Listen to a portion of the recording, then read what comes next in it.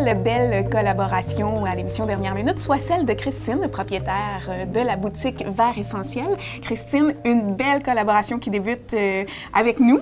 Avec grand plaisir. Oui, puis là, bien, écoute, on va entamer avec le début. Hein, comme on le disait, il y a des clients qui rentrent. La plupart des clients, la première question qu'ils te posent, c'est « Christine, par quoi qu'on commence quand on veut devenir écolo? » Donc, quand on met les pieds dans la boutique, qu'est-ce que tu leur réponds?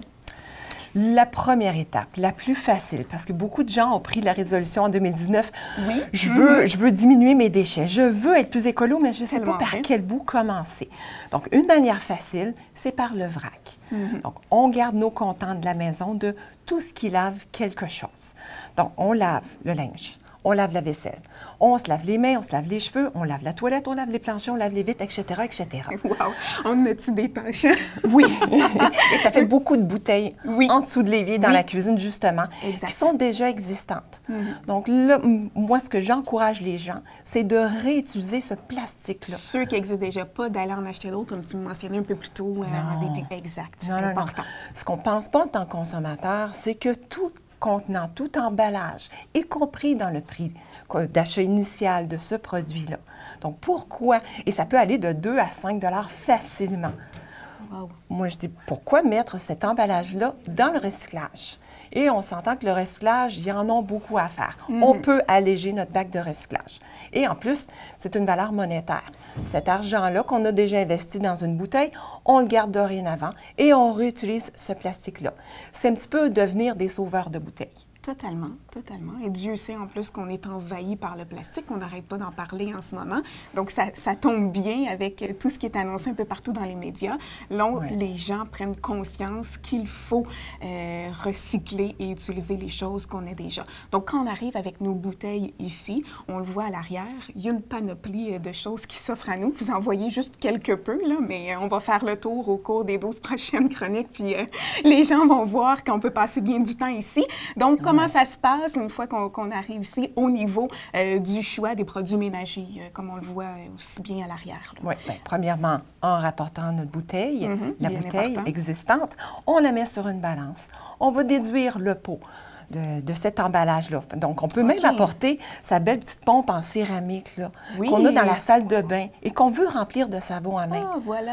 Même si elle pèse 500 grammes, c'est pas important. Ou même s'il en reste déjà à l'intérieur. Parce que des clients reviennent pour remplir tous leurs produits, mais on n'a pas terminé tout à fait le savon à vaisselle. Mais c'est pas grave. Parce que de toute façon, on enlève le point initial. Puis ensuite, on va au robinet. Non, même avant, on choisit, quand c'est la première fois, on choisit l'odeur qu'on désire avoir. Oui. Donc là, c'est le fun. Moi, j'appelle ça des petits bonheurs. Oui, laver la vaisselle à l'odeur d'agrumes, à l'odeur de lavande, l'odeur florale. Voilà, c'est un plaisir. Donc, on peut renouveler, changer ces petits plaisirs-là à chaque fois. Donc, on procède au choix ou à la confirmation du produit qu'on veut. On effectue le remplissage pour vous. Donc, ici, le client est roi et maître. Vous ne faites rien. Vous ne mettez pas les mains dedans et c'est pour vous. On sent et on choisit.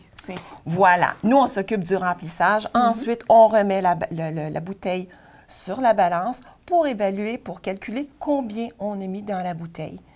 Et de cette manière-là, un autre avantage, c'est que si on n'est pas tout à fait sûr de l'efficacité du produit. Parce que ça arrive souvent. Les gens qui n'ont pas encore essayé le produit écologique ou parfois ont essayé des produits écologiques grand marché, puis ont trouvé que c'était plus ou moins performant. Dis-moi, ça c'est une phrase qui revient.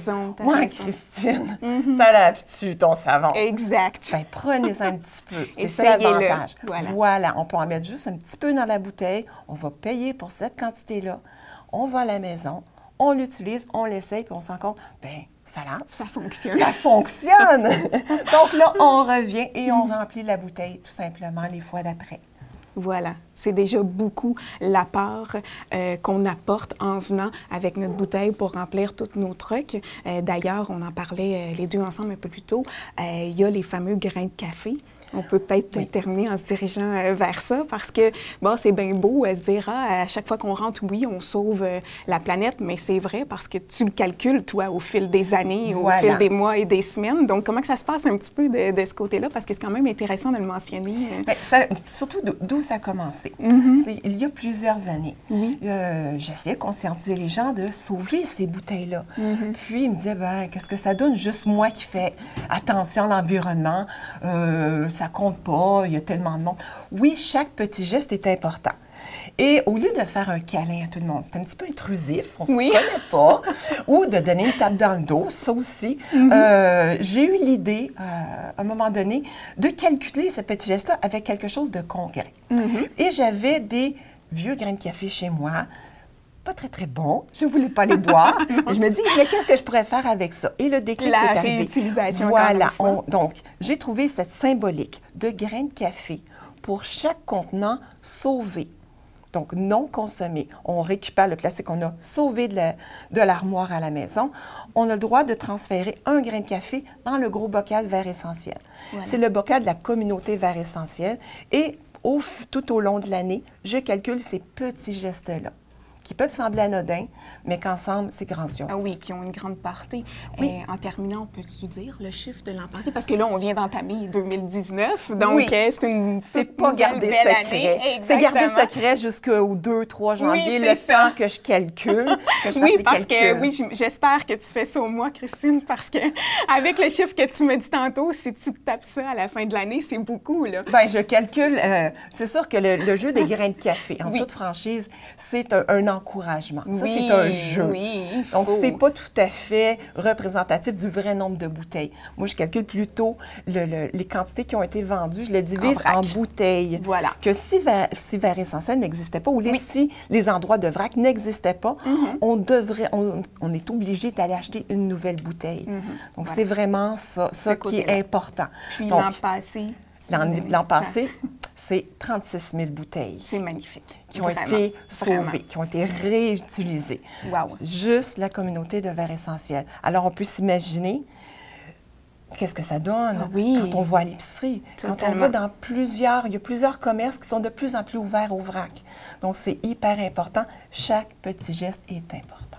Génial. Bien, merci, Christine. On se retrouve la semaine prochaine. Oui.